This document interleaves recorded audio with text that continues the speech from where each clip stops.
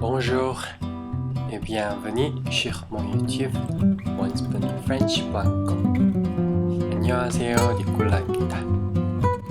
지금은 2018년 12월 7일 새벽 2시 반을 지나고 있는데요.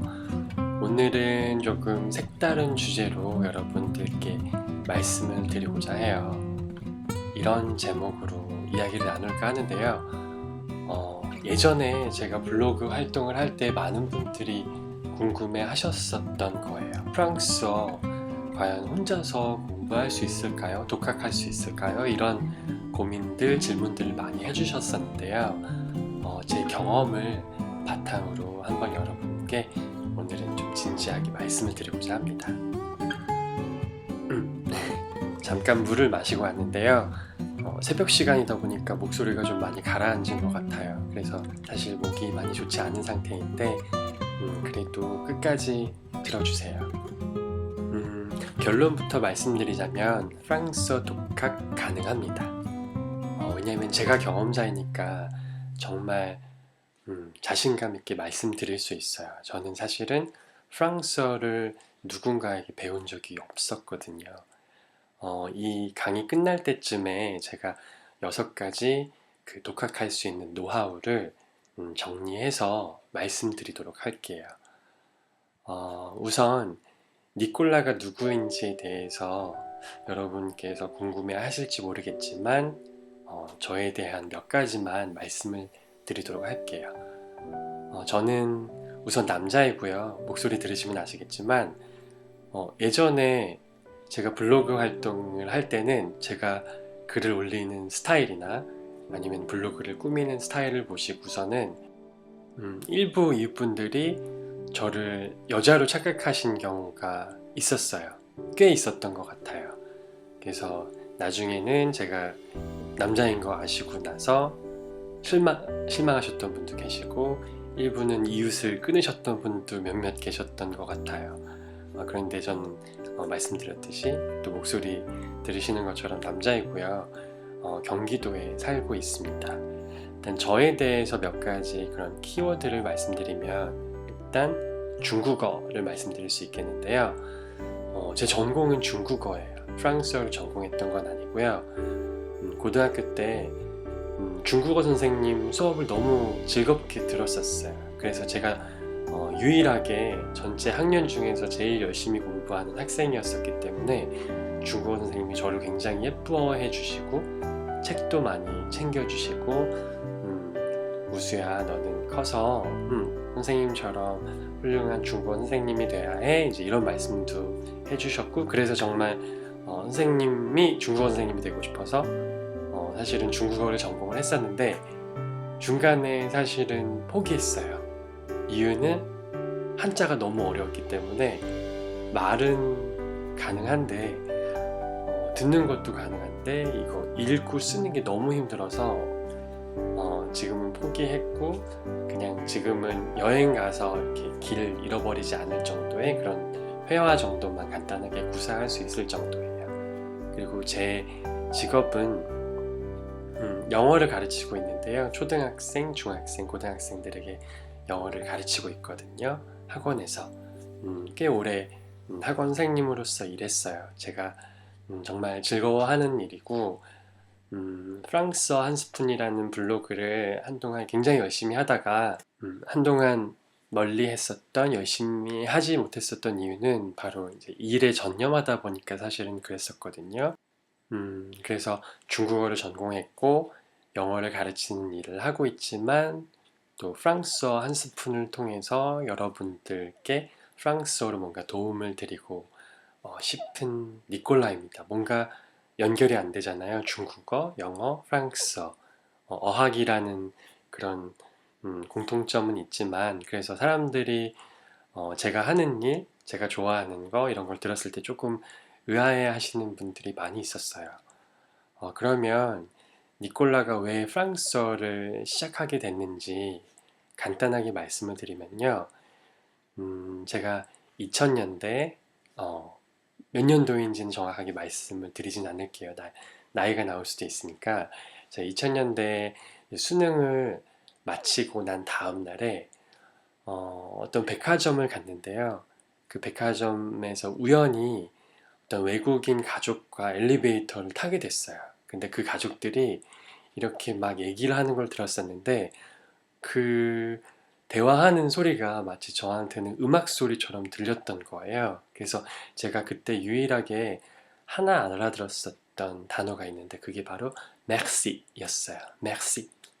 고맙다라는 뜻인데 그 말을 듣고 나서 이게 프랑스어구나라는 거를 알고 나서 내가 이제는 저 언어를 한번 공부해 봐야 되겠다라는 생각이 들어서 무작정 서점에 가서 프랑스어 관련 서적을 찾아봤는데 그게 바로 이 책이었었어요. 최초보 프랑스어. 지금은 아마 그 단종이 된 것 같아요. 절판이라고 얘기하나? 절판이 된 것 같아요. 그래서 더 이상 지금은 찾아볼 수는 없지만 아직도 제 책장에는 꽂혀 있고 그리고 가끔 이제 그때를 생각하면서 다시 한번 이렇게 뒤적거리며 볼 때도 있거든요. 음, 그리고 이거는 제 책장에 있는 프랑스어 책들인데요. 사실은 제가 요즘에 미니멀리즘에 빠져 있어서 얼마 전에 책장을 엄청 정리를 했어요. 그래서 가지고 있던 책 중에 잘 안 보게 될 것 같은 책들을 많이 정리해서 지금은 조금 없지만 이렇게 어학 공부할 수 있는 프랑스어 관련 책들이 있고 제가 그 다음에 마크 리비를 되게 좋아해요. 그래서 그런 마크 리비의 그런 소설책 그 다음에 꼬마 니꼴라, 뿌띠 니꼴라, 르뿌띠 니꼴라 책들을 모으고 있거든요. 제가 굉장히 좋아하는 동화책이기 때문에 그런 책들을 많이 읽으면서 공부를 했어요. 그래서 어떻게 니꼴라가 프랑스어 공부를 했는지, 그 다음에 어떤 규칙을 가지고 어떤 생각을 가지고 여러분들이 프랑스어를 공부하셔야 되는지 하나하나 이제부터 말씀드리도록 하고요. 니콜라는 원래 2009년에 처음 프랑스어 한 스푼이라는 블로그를 시작했어요. 지금은 이웃분들이 한 8,300여 명 계시고 원래는 9,000명까지도 넘었었던 것 같은데 제가 몇 년 동안 활동을 안 하다 보니까 이웃분들이 이렇게 한 분 한 분 나가시더라고요. 그리고 최근에 이렇게 유튜브를 통해서 인사드리고 블로그에도 제가 올린 유튜브 영상들을 링크하고 있거든요. 그래서 다시 조금씩 늘어나고 있는 것 같아요. 자, 그러면 본격적으로 제가 아까 말씀드렸던 대로 프랑스어를 독학할 때 여러분들이 꼭 알았으면 하는 6가지를 제가 정리해서 말씀드리려고 하는데요. 첫 번째는 조금 의아하시겠지만 영어에 대한 얘기를 하려고 해요.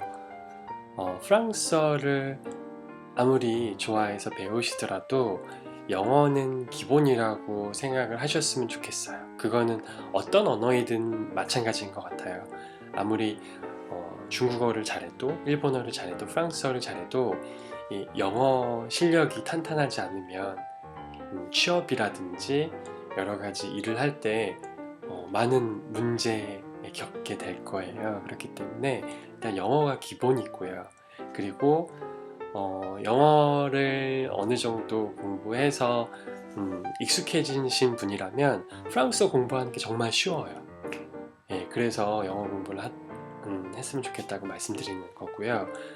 혹시 제 블로그 또는 제 유튜브를 봐주시는 분 중에 영어 선생님이 계신다면 프랑스어를 공부하면 굉장히 많은 도움이 될 것 같아요. 왜냐하면 오늘도 수업하다가 appetite라는 단어가 나왔거든요.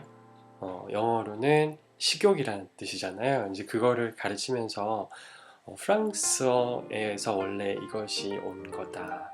그래서 프랑스인들은 식사하기에 앞서서 보나페티라고 얘기하는데 그게 우리말로 하면 좋은 식욕이다. 미국 사람들도 이러한 표현들을 가끔 쓴다. 이제 이렇게 얘기하면서 프랑스어 관련된 그런 어원도 얘기해주고 사실 많은 단어가 영어의 많은 단어가 프랑스어의 어원을 두고 있는 단어가 많기 때문에 수업하다 보면 굉장히 아이들한테 도움을 줄 수 있는 거리가 되게 많아지거든요. 그래서 영어 선생님이 프랑스어를 배운다면 그거는 정말 도움이 될 것 같아요. 그래서 추천드릴게요. 그리고 두 번째는 어떤 언어이든 다 똑같아요. 중국어도 마찬가지고 영어도 마찬가지고, 저는 사실은 스페인어, 일본어, 그리고 아랍어, 러시아어, 독일어, 굉장히 여러 가지 언어를 공부해 봤어요. 물론 그 중에서 정말 잘할 수 있는 거는 많진 않지만, 항상 어떤 언어를 공부하든지 간에 듣기는 기본이에요. 제 친구들이 많이 물어봐요. 야, 영어를 내가 몇 년 동안 이렇게 공부해서 토익도 900점이 이제는 넘게 나오고 하는데 나는 왜 외국인 앞에만 서면 말이 안 나올까? 왜 이렇게 바이어들하고 통화할 때 되면 왜 아직도 떨리고 nervous하고 막 그럴까? 이제 이런 얘기를 하는데, 제가 그럴 때마다 지적하는 거 한 가지거든요. 너 매일매일 하니? 그리고 너 듣기 많이 하니? 그리고 따라 읽는 거 많이 해? 라고 얘기하면 사실 고개를 절레절레 하는 친구들이 많아요. 우리가 아기였을 때 우리나라 말을 처음 배웠던 과정을 생각하면 되거든요. 우리가 무슨 문법을 먼저 배웠었던 것도 아니고 어떤 글자를 먼저 배웠던 것도 아니고, 여러분의 어머니께서 하시는 말씀, 주변에서 하는 얘기 귀 쫑긋 세워서 듣고 그거를 계속 옹알이 하면서 따라했잖아요. 사실은 모든 언어를 그렇게 배우시면 돼요. 듣고 따라하고, 듣고 따라하고, 그걸 이제 쉐도잉이라고 얘기하는데, 저는 아이들한테 영어 숙제 내줄 때 그런 쉐도잉 숙제도 되게 많이 내주거든요. 어떤 교과서에 나오는 내용을 CD 듣고 따라 읽거나 아니면 유튜브 추천 영상 같은 걸 보여주면서 듣고 따라 읽기를 하라고. 그런데 놀라운 거는요, 아이들도 놀라운 게, 우리가 영화 같은 거, 영어로 만들어진 영화 내용 듣다 보면 처음에는 하나도 안 들리잖아요. 저도 안 들렸거든요. 그런데 자기가 그 영화 배우가 말하는 속도로 그대로 말할 수 있을 정도까지 따라할 수 있게 되면요, 그 속도로 말할 수 있게 되면 100% 들려요. 그렇기 때문에 우리가 어떤 언어를 배울 때, 프랑스어를 배울 때도 마찬가지고, 안 들리는 이유는 그런 말을 안 해봤기 때문에 안 들리는 거거든요. 그래서 듣는 거, 그 다음에 듣고 따라 읽는 게 굉장히 중요해요. 그래서 프랑스어 듣기가 잘 안 되시는 분들은요, 제가 올린 강좌를 들으시는 것도 좋지만, 저는 원어민이 아니기 때문에 원어민처럼 이렇게 자연스러운 아주 양질의 발음을 구사하지는 못해요. 그래서 프랑스어 TV도 많이 보시고, 제가 조만간 프랑스어 듣기 공부하는 방법 이런 유튜브 영상도 올리려고 하거든요. 그런 것도 보시고 참고해 주시고요. 유튜브에 워낙 그 원어민들이 하는 좋은 강좌도 많기 때문에 그런 거를 듣고 따라 읽고 많이 반복하셨으면 좋을 것 같아요.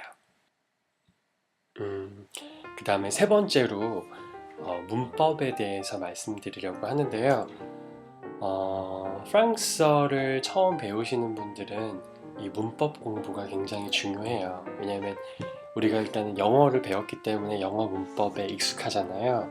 그래서 프랑스어가 영어랑 유사한 점도 있지만, 뭐 동사 변화라든가 남성 명사, 여성 명사가 있는 거, 이런 좀 다른 점이 있기 때문에 두 가지 언어를 이렇게 비교하면서 공부하는 게 필요한데, 그래서 문법을 아는 게 굉장히 중요한 것 같아요. 그런데 문법이라고 얘기하면 굉장히 두꺼운 책을 사가지고 그거를 막 밑줄 그어가면서 막 몇 달에 걸쳐가지고 공부하는 거, 이렇게만 생각하시는데, 일단 저는 굉장히 좀 얇은 책을 준비하시는 거를 추천드려요.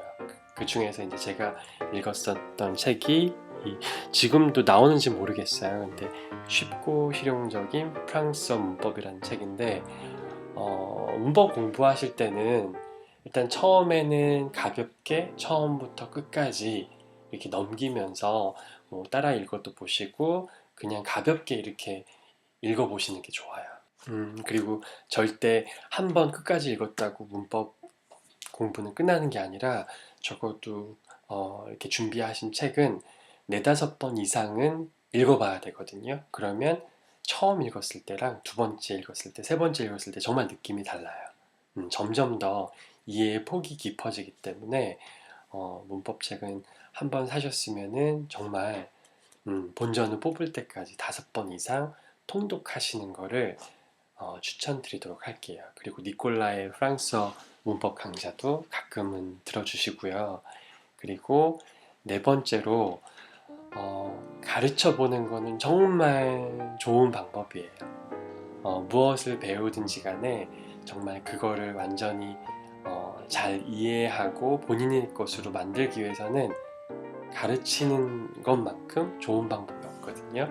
그래서 니콜라도 프랑스어 실력이 지금도 그렇게 대단하진 않지만 처음에는 정말 형편 없었어요. 그렇지만 제가 점점 실력이 발달하게 된 계기는 2009년에 프랑스 한 스푼이라는 블로그를 만들고 제가 프랑스 관심 있는 이웃분들을 돕기 위해서 강좌를 올리려고 하다 보니까 제가 공부를 안 할 수가 없었던 거예요. 예, 그리고 최근에 또 유튜브를 다시 시작하면서 또 다시 공부를 하고 있고 또 설명을 또 해야 하다 보니까 이게 그냥 단순히 내가 이해하고 받아들이는 것 정도로 끝나는 게 아니라 그거를 풀어가지고 설명을 하려다 보면 굉장히 많이 깊게 이해하고 있고 공부를 해야 되거든요. 그래서 가르치는 것만큼 좋은 공부 방법은 없는 것 같아요. 그리고 다섯 번째는 프랑스인과 사랑에 빠져라 라는 제목인데요. 꼭 사랑에 빠져야 되는 건 아니지만 프랑스어를 쓸 수 있는 기회를 꼭 만들어 보셨으면 좋겠어요. 사실은 이거는 제 경험담이기도 한데요. 2000년대에 제가 20대 때 사귀었던 친구가 사실은 프랑스인이었어요. 그래서 그 전까지는 제가 책을 읽는 거, 그 다음에 어떤 영화를 보거나 프랑스 영화를 보거나 하면 조금 알아듣는 거 이 정도는 됐었는데 말하는 거는 사실 전혀 안 됐었거든요. 근데 프랑스인 여자친구랑 이렇게 매일 전화로 통화하고 그 다음에 편지도 주고받고 이메일 주고받고 만나서 대화하고 하다 보니까 처음에는 거의 영어로 많이 했었는데 이게 점점 시간이 지나가면서 나중에는 영어보다 프랑스어가 더 편해지는 그런 경험을 하게 됐거든요. 물론 프랑스인 이성 친구가 이렇게 생길 수 있는 그런 기회가 많은 건 아니잖아요. 그래서 꼭 그렇게 이성 친구를 사귄다면 정말 좋겠지만 이런 커뮤니티나 그런 걸 통해서 아니면 요즘은 페이스북이나 어떤 메신저 같은 걸 통해서 이렇게 외국인들하고 뭔가 얘기할 수 있는 기회가 정말 많은 것 같아요. 저희 학생들 얘기도 들어보면 저 페이스북에서 미국인하고 얘기를 했어요, 영국인하고 얘기했어요, 이런 얘기 되게 많이 하더라고요. 사실 어떻게 어떤 루트로 그렇게 외국인들하고 알게 되는지는 저는 정확하게는 모르겠지만 아마 젊은 분들은 잘 알고 계실 것 같아요.